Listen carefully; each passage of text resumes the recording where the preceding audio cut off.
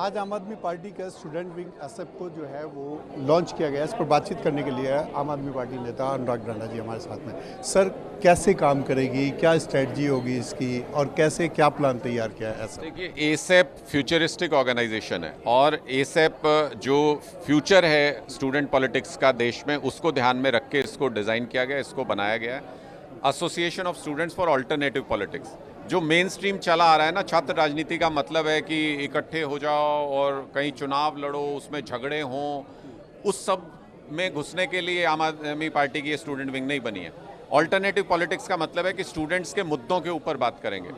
5% college और university ऐसे हैं पूरे देश में जहां चुनाव होते हैं, वो चुनाव तो लड़ेंगे ही, वहां जीतेंगे ही, लेकिन जो बाकी 95% है वहां पे किसी पार्टी की स्टूडेंट विंग काम नहीं करती। क्यों? वहां चुनाव नहीं होते। लेकिन हम ऐसा नहीं करेंगे। हम बाकी 95% कॉलेजेस में भी, यानी पूरे देश के 50,000 से ज़्यादा कॉलेजेस में एसेप की यूनिट बनाएंगे, स्टूडेंट्स को समाज सेवा में लगाएंगे, उनको देश के प्रति जागरूक करेंगे, उनकी देशभक्ति की भावना उनके अंदर भरेंगे। और आप ये समझ लीजिए, ये एसेप जो है ये एक फैक्ट्री है देशभक्त तैयार करने की। तो 50,000 कॉलेज में हमारा लक्ष्य है, पहला लक्ष्य जो है 50,000 कॉलेजेस में 5 लाख देशभक्तों की फौज तैयार करेंगे पूरे देश में। सर, जिस तरीके से जो तमाम तरीके की जो पार्टी है उनके विंग जो है वो काम करते हैं पॉलिटिक्स में काम, उसी तरीके से ये भी काम करेगी। देखिए, वो तो सिर्फ स्टूडेंट्स के चुनाव लड़ने के लिए वो स्टूडेंट विंग बनती हैं दूसरी पार्टियों की। जहां चुनाव नहीं होते, मैंने बताया आपको 95% कॉलेजेस में और यूनिवर्सिटी में तो चुनाव ही नहीं होते, वहां बताइए ना किसकी विंग बनी हुई है। वहां वो बनाते नहीं, क्योंकि उनका इंटरेस्ट ही सिर्फ पॉलिटिक्स है।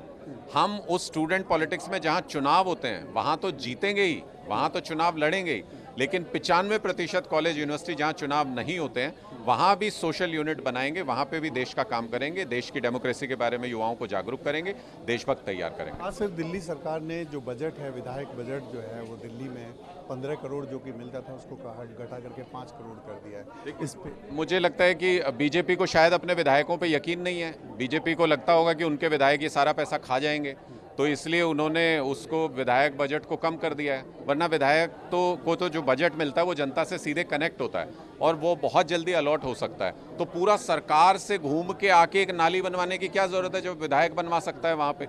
तो मुझे लगता है कि ये बीजेपी का मिसट्रस्ट है अपने विधायकों के ऊपर। उनको लगता है कि इनको 15 करोड़ देंगे तो ये 15 करोड़ खा जाएंगे।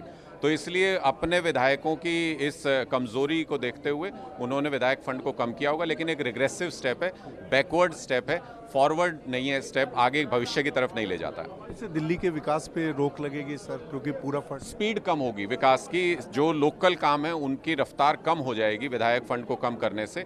और बीजेपी का शायद मकसद भी यही है, क्योंकि अगर काम करना चाहते तो 24 घंटे बिजली देने का सिस्टम तो बनाया हुआ था अरविंद केजरीवाल जी ने, तो फिर कट लगने शुरू नहीं होते। प्राइवेट स्कूल्स की फीस कंट्रोल की हुई थी अरविंद केजरीवाल जी ने, उसी को आगे बढ़ाना था।